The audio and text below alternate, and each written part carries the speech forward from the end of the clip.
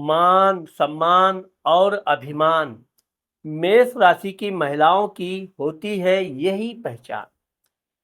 मित्रों, आप लोग समझ गए होंगे कि आज मैं मेष राशि की महिलाओं का वर्ष 2025 के बारे में बताने जा रहा हूं। आपका ये वर्ष 2025 का ये आपका चार्ट है, जिसमें 1 जनवरी का आपका ये वर्ष कुंडली है। इस कुंडली के अनुसार आप देखोगे कि आपके जीवन में इस वर्ष क्या क्या विशेष विशेष घटनाएं होंगी, क्योंकि इस वर्ष गुरु दो दो राशियों का में प्रवेश कर रहा है।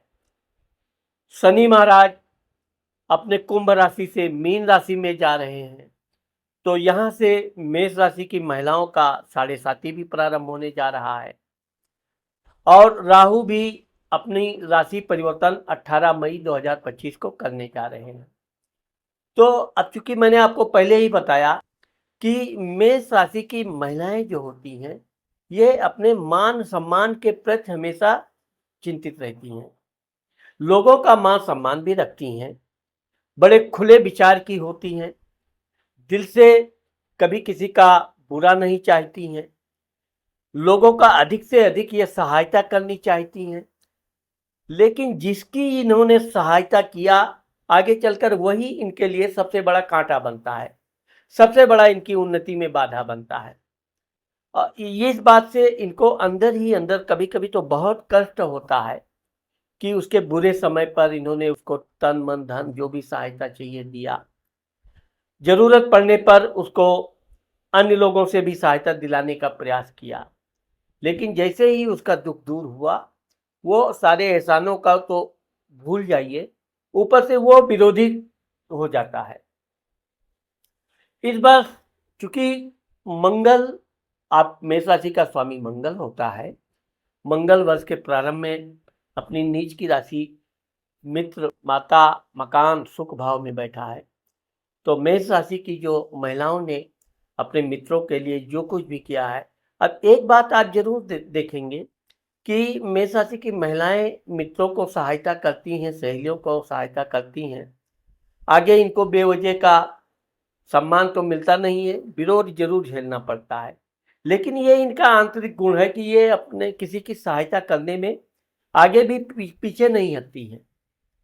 तो यहाँ जो मंगल आपका वर्ष प्रारंभ में है, ये कह रहा है कि अगर आपका शुरुआती दौर में सहेलियों से किसी बात पे वैचारिक मतभेद हो जाए, तो उसके लिए आप कोई कुंठित मत होइए, खुले दिल अपना बनाए रखिए। आगे चलकर यह सहेली या जो मित्र है जिसकी आपने सहायता किया, आज वो विरोध कर रहा है, वो आगे चलकर आपके सामने फिर गिड़गिड़ाएगा और फिर आपसे सहायता के लिए वो बाध्य होगा, क्योंकि आप अपने हृदय में कभी किसी के प्रति द्वेष ईर्ष्या नहीं रखती हैं, और यही अच्छाई आपकी सबसे विशेष गुणों में एक है। अब यहाँ पर हम बताना चाहते हैं कि ये जो गुरु आपके धन कुटुंब वाणी भाव में बैठा है, गुरु 15 मई 2025 को आपके तीसरे घर यानी भाई पराक्रम के घर में आ रहा है। अब इस दौरान आप अगर किसी बात की खोज कर रही हैं, कोई पढ़ाई लिखाई के लिए कोई बहुत बड़ी डिग्री का प्रयास कर रही हैं, तो ये आप मान के चलिए कि आपका इस काम में खूब मन लगेगा और काफ़ी साहस के साथ आप काम में आगे भी बढ़ेंगी, और एक न एक दिन आपको अपनी मेहनत के बलबूते पर सफलता अवश्य मिलेगा। चतुर्थ घर का स्वामी, अब आपका जो तृतीय घर का स्वामी बुध है, बुध ये कह रहा है कि महीने की शुरुआत में आप कई काम एक साथ करना चाहेंगी, और जल्दबाजी भड़बड़ी में कोई काम में आप जल्दी कंप्लीट नहीं कर पाएंगी, इसलिए आपको एक समय पर एक ही काम करना चाहिए। अब ये वर्ष 2025 का जो चार्ट बता रहा है, ये कह रहा है कि एक एक करके जो आप काम करेंगी, उसमें आपको पूरी सफलता भी मिलेगी, और आराम से धीरे धीरे कार्य कीजिए। विशेषकर शेयर सट्टा आदि के क्षेत्र से थोड़ा बचने का प्रयास कीजिए। चतुर्थ, माता मित्र मकान घर का स्वामी चंद्रमा आपके भाग्य स्थान में बैठा है। आपकी माता जी कोई तीर्थ यात्रा पर जा सकती हैं, कोई धार्मिक समारोह आपके घर में होगा। अगर आपका जमीन संबंधी, प्रॉपर्टी संबंधी कोई कार्य रुका हुआ है तो इस वर्ष आपको सफलता मिलेगी। संतान भाव का स्वामी सूर्य आपके भाग्य स्थान में बैठा है।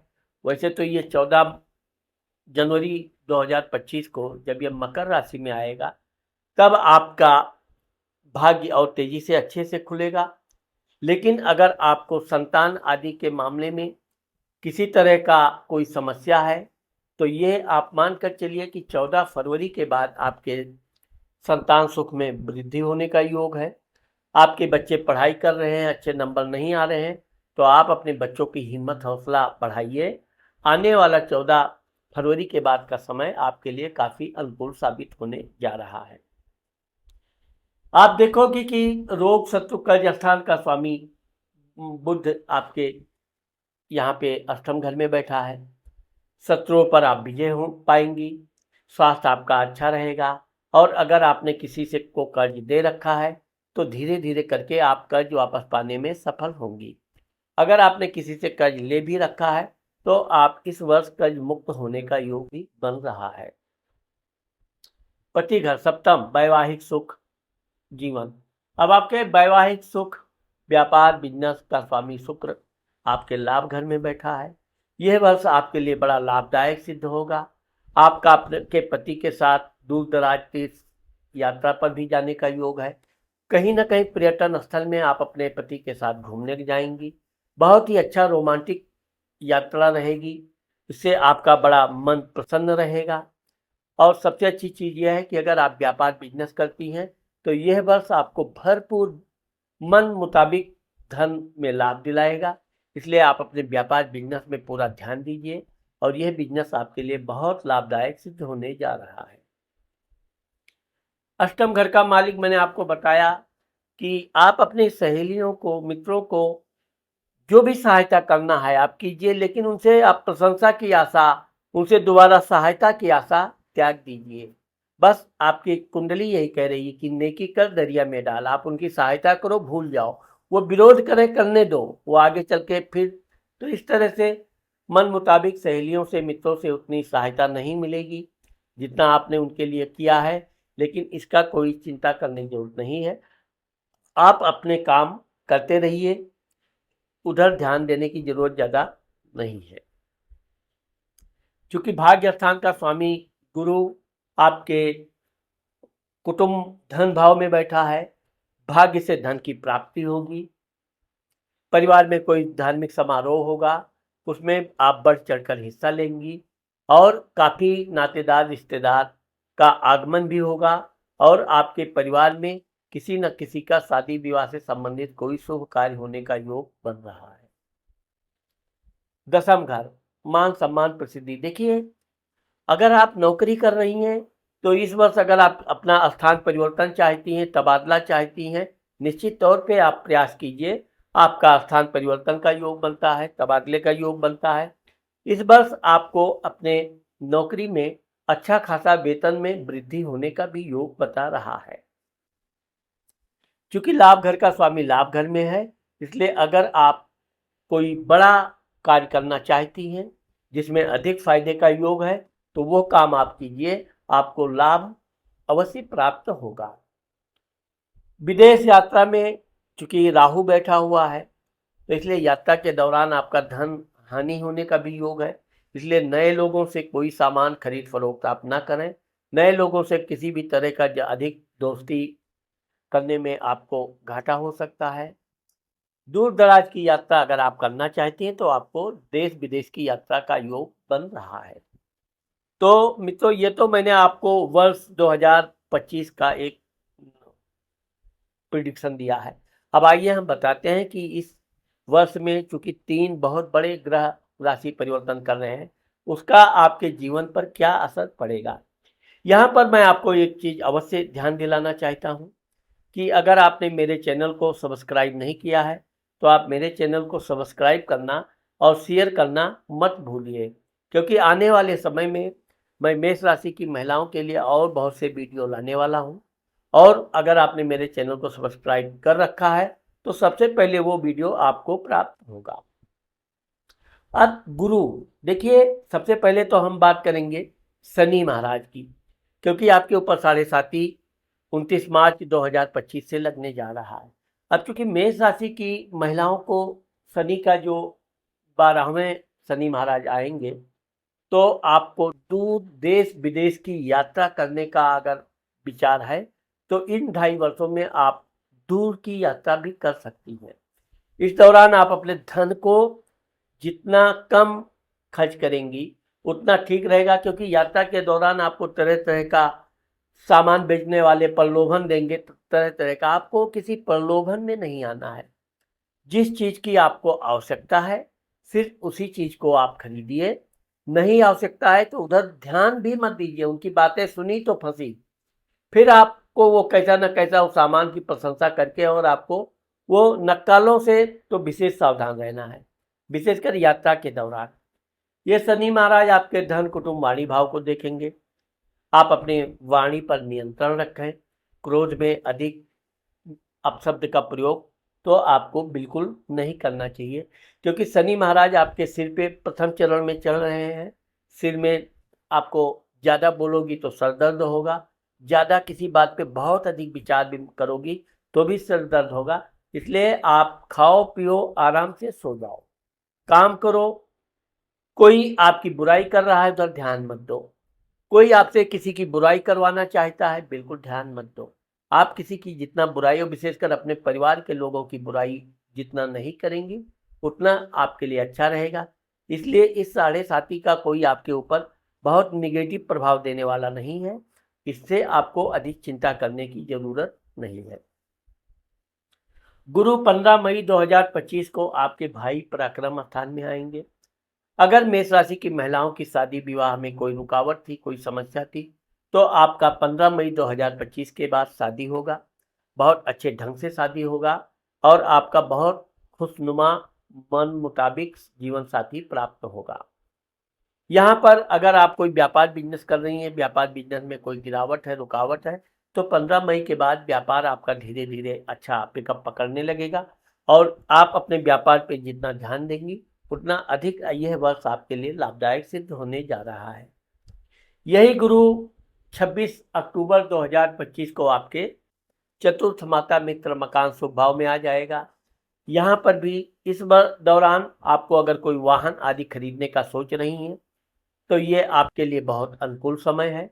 आप वाहन आदि खरीद सकती हैं। इस दौरान आपके मित्र लोग भी आपकी सहायता भरपूर करेंगे। अब राहु की बात कर रहे हैं। राहु 18 मई 2025 को अब के मीन राशि से कुंभ राशि में आ रहे हैं।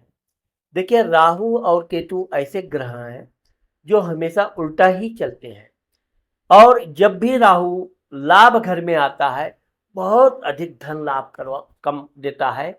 इतना लाभ देता है कि आप अपने धन को समेटने में भी थक जाओगे। ये राहु आपका 18 मई 2025 को लाभ घर में आ रहा है, और केतु कन्या राशि से सिंह राशि आपके संतान भाव में आ रहा है। आपके बच्चे ऐसी कोई बात कर सकते हैं, ऐसी कोई बात कह सकते हैं जिससे आप क्रोधित हो जाएं। आपको यहाँ पर ध्यान रखना है कि आप अपने बच्चों पर बिल्कुल क्रोध न करें। जितने कोई बात अगर ना समझ में आ, बच्चों को आता है उनको प्यार से समझाइए।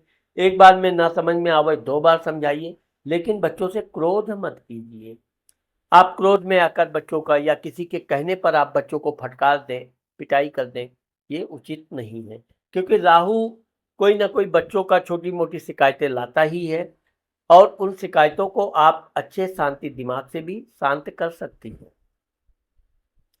ये जो राहु आपका मैंने बताया कि कुंभ राशि में आएगा, तो ये आपके भाई पराक्रम घर को देखेगा।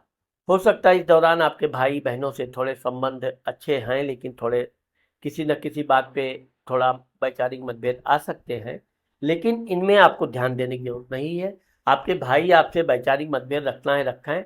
आप अपने भाई बहनों को जैसा प्यार करती थी उससे भी अधिक प्रेम कीजिए। आपको इधर ज़्यादा ध्यान देने की जरूरत नहीं है। राहु चूंकि उपद्रव का राशि ग्रह है, इसलिए उपद्रव कराता है। राहु चूंकि आपके पति घर को भी देखेगा, तो आपके पति की भी कुछ ना कुछ कमी आपको मिल जाएगी, ना चाहते हुए बेवजह। जैसे किसी से बात कर रहे थे, तो ये क्या है, गुमराह करता है। वो आपका पति किसी से बात कर रहा है, हो सकता है कोई बिजनेस से संबंधित हो या कोई इस तरह हो, आपके दिमाग में निगेटिव आ जाएगा, अरे वो तो किसी अन्य लड़की से ऐसा कैसा हो गया, ये हो गया।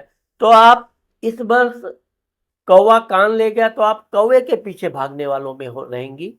लेकिन यहाँ पर मैं आपको बताना चाहता हूँ कि ये राहु का प्रभाव है, इसलिए आप कान टटोल लीजिए, कौवे के पीछे मत जाइए। आपके पति आपके साथ रहते हैं, आपको टहलाते हैं, घुमाते हैं, आप उनके प्रति निगेटिव बातें सोचना ही बंद कर दीजिए।